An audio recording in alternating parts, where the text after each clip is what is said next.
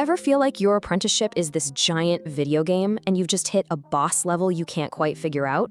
Yeah, for a lot of people, that's K4. But what if I told you a simple story could be your ultimate cheat code?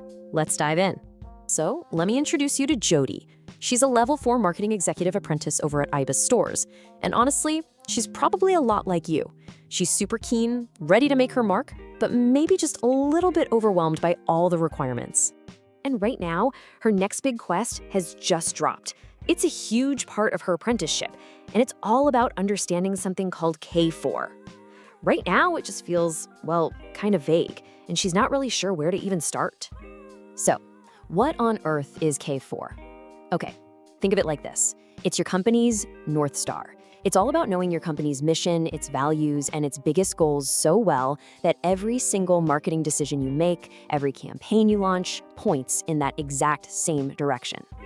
Ready to go on this mission with Jody and conquer K4? Cool. Here's our game plan.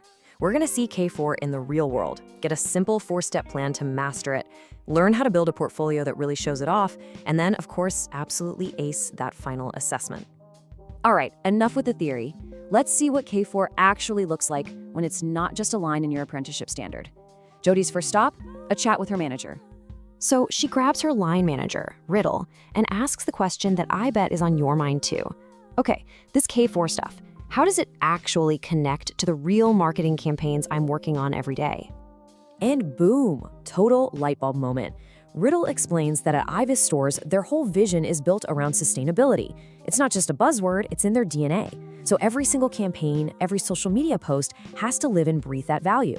That, she says, is K4 in action.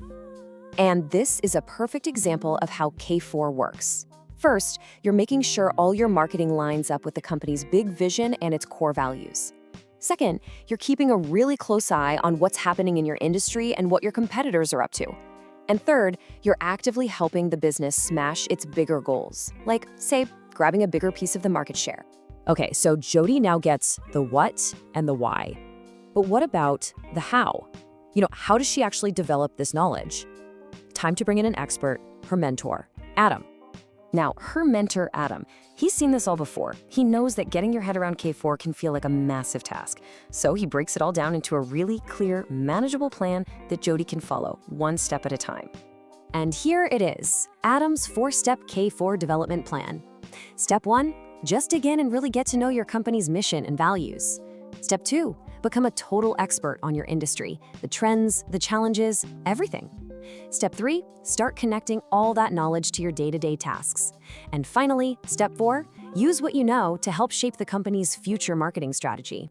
So learning all this stuff is one thing, but proving you've learned it, that's a whole different ballgame.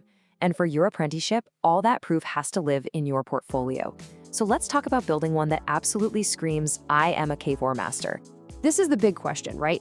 Jody's absorbing all this amazing knowledge, but how does she turn that into actual solid evidence for her assessment platform, for APTM? What does that proof actually look like on paper? So, your evidence needs to be undeniable. We're talking about things like marketing campaign plans that clearly link back to company goals, sector analysis reports that show you know your industry inside and out, and don't forget those collaboration reports and reflective statements. They are absolutely golden for showing how you think. And listen, here is the golden rule, the one thing you have to remember. Every single piece of paper you submit, every document, has to clearly show that line, connecting your day-to-day work back to the company's huge, overarching vision and goals. All right, Jody's knowledge is growing. Her portfolio is looking stacked. It's time for the final boss, the endpoint assessment, or the EPA. This is that series of tests at the very end of your apprenticeship, and the big one is the professional discussion. So to get ready, Jody starts working with her coach, Olivia. Now, Olivia knows exactly what the assessors are looking for, so she puts Jody through her paces with a mock Q&A session, using the exact kinds of questions that are going to come up in the real thing. So Olivia throws a classic K4 question her way. She asks, can you describe how you have aligned a marketing campaign with your company's vision and values? This is it. This is the moment to pull all that knowledge and all that evidence together. And because Jody's put in the work, she's totally ready. She gives this incredible, distinction-level answer. Notice how she doesn't just say, I followed the values. No, she names the specific value, sustainability. She mentions working with another team, product development, and then she connects it all to the brand's image and its long-term goals. Brilliant. Let's just look at the difference here, because it's huge. A standard answer is pretty vague, right? I made sure the campaign talked about our values. Okay, but look at the distinction answer. It's packed with detail. It names the core value, it mentions collaborating with the product development team, and it links everything to long-term goals. That level of specific detail is what separates a pass from a distinction. It shows you truly get it. So in the end, Jody didn't just tick a box for K4.